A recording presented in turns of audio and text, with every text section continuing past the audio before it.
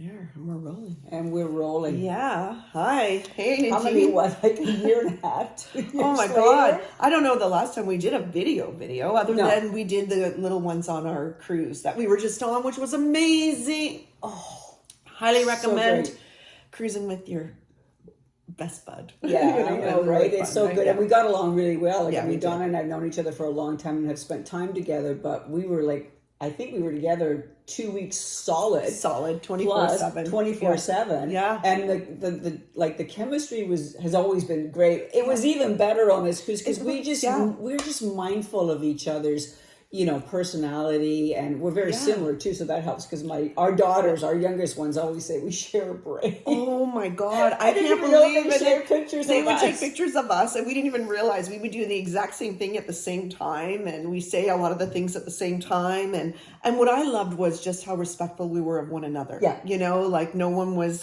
being selfish, taking lots of time in the bathroom. Like we just wanted to be so mindful of what the other one's needs were. And I think that's key. And not once did I, need a break. No, me either, right? Which amazing. Is really, like, even when you do travel with your closest friends, sometimes you go, oh my God. But none of that, it never crossed my mind. And you're right, like the respect, I think the respect, even when you're as close as Donna and I are, the respect is massive. Right, we were with a bigger group, but we were sort of like on our own, and there was some unsettling with part of the bigger group because, I think my daughter, because she joined Donna and I, put it best when she said, when people are set in their ways and they travel together with other people who are set in their ways and not willing to be flexible, that's when the disappointment and the drama can arise, because there is no mindfulness of being respectful to each other. So it even came down to, like, if I use some of Donna's eye contact solution, I'm like, okay, so I just use a little bit, and then I think the same with you with whatever. It was so it was great. And it brought an awareness to us, and then I can speak from my own perspective. Like, it just brought an awareness to how I can, be my authentic self with somebody who doesn't create tension or drama or make me think that I need to change my personality. Exactly, or is critical of who you are.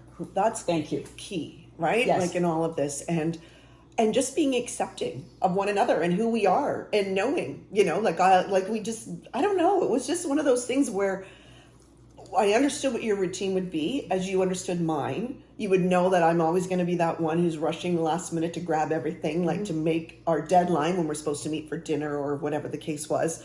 And I knew what you needed in the morning, and I don't know. It was just really great. It was so. It really, really was, and same. Like, I was me the whole time. There was nothing. Like, I was not pussyfooting around and trying to be a little different, not to get on your nerves. Like, I was who I was, and I am. Yeah.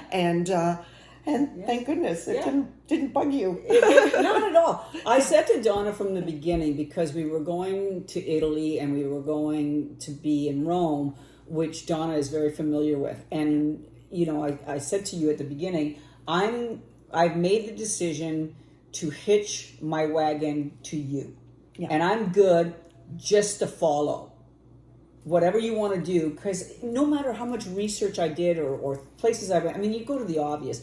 Having said that, though, no matter what I would have researched, I would have been checking with you. Like, you just know. So I just took over. And then when I said that to her, and that was the important thing, is we stuck to that. We stuck to that. I said, okay, I'm hitched to you. And I appreciated that. And because it's hard for me to step back when I know better. And I'm not saying that I know a lot of things, but certain things that I am somewhat of an expert in, just leave it to me. Like, I'll take care of it, because I like to just, take the straight line. I don't want any issues. I wouldn't want us to be in a position where, like, if you just would have asked me first, Yeah. So anyway, and I appreciated that you were more than happy to just let me do that. I was. And then when I don't know stuff, then we figured it out together. Well, and we did that in Marseille, right? Yes. We got off in Marseille was our first stop, and we were kind of like both like, holy.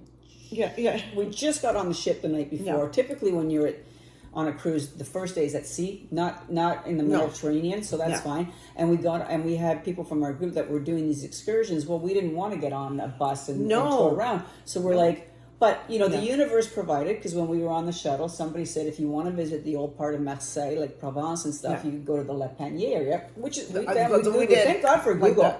I know. And Google Maps. Everybody, if you look now, when people are traveling, everybody's on their phone looking to see where to go. Everybody is. No more of those big papers like the old days. But the maps. Yeah, exactly. So, so that all worked out. And I'm glad because we were on the same page. I mean, some people love to do the tours and all that stuff, which we didn't. We wanted to do our own thing.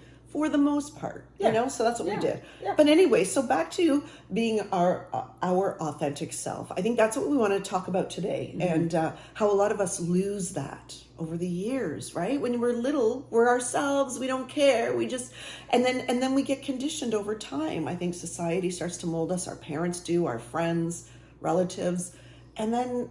I don't know, you get to our age and then you wonder, who am I? Right? Which is really, it's kind of like, it's almost like the Benjamin Button, reverse effect, because at this stage of the game, I'm thinking I'm less sure about who my authentic self is than I was when I was, 25, 35, or even maybe, in my 40s, because there's been so much external influence. Yes, external influence. Yeah, good way to put it.